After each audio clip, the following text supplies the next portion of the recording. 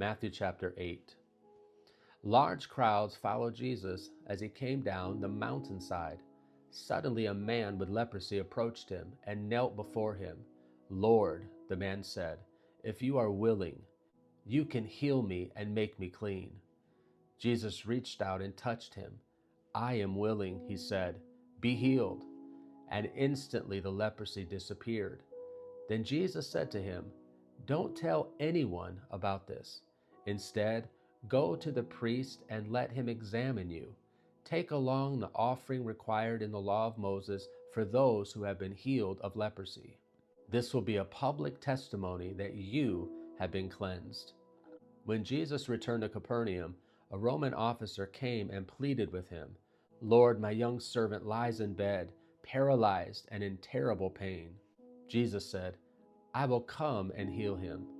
But the officer said, "Lord, I am not worthy to have you come into my home.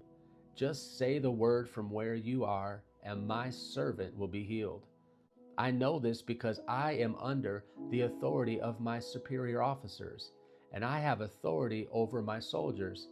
I only need to say, 'Go,' and they go, or 'Come,' and they come. And if I say to my slaves, 'Do this,' they do it." When Jesus heard this, he was amazed. Turning to those who were following him, he said, "I tell you the truth, I haven't seen faith like this in all Israel. And I tell you this, that many Gentiles will come from all over the world, from east and west, and sit down with Abraham, Isaac, and Jacob at the feast in the kingdom of heaven. But many Israelites, those for whom the kingdom was prepared, will be thrown into outer darkness, where there will be weeping and gnashing of teeth."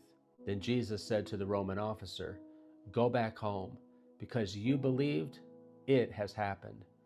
And the young servant was healed that same hour. When Jesus arrived at Peter's house, Peter's mother-in-law was sick in bed with a high fever. But when Jesus touched her hand, the fever left her. Then she got up and prepared a meal for him. That evening, many demon-possessed people were brought to Jesus. He cast out the evil spirits with a simple command, and he healed all the sick. This fulfilled the word of the Lord through the prophet Isaiah, who said, "He took our sicknesses and removed our diseases."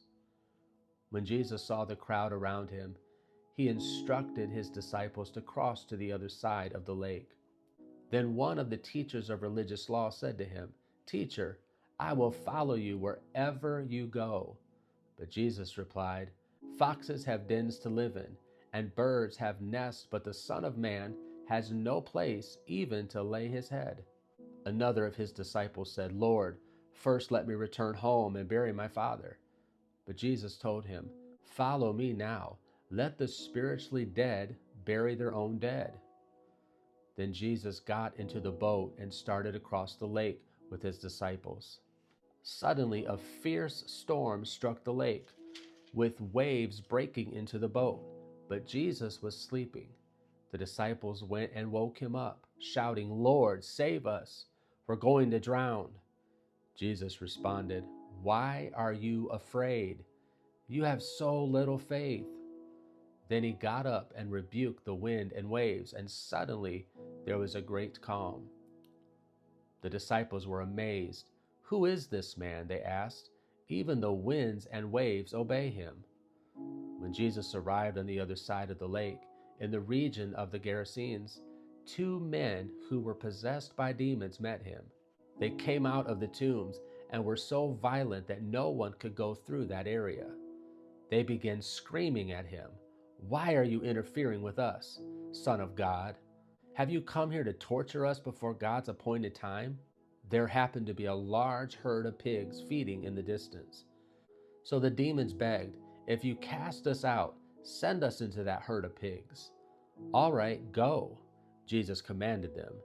So the demons came out of the men and entered the pigs, and the whole herd plunged down the steep hillside into the lake and drowned in the water. The herdsmen fled to the nearby town, telling everyone what happened to the demon-possessed men. Then the entire town came out to meet Jesus, but they begged him to go away and leave them alone.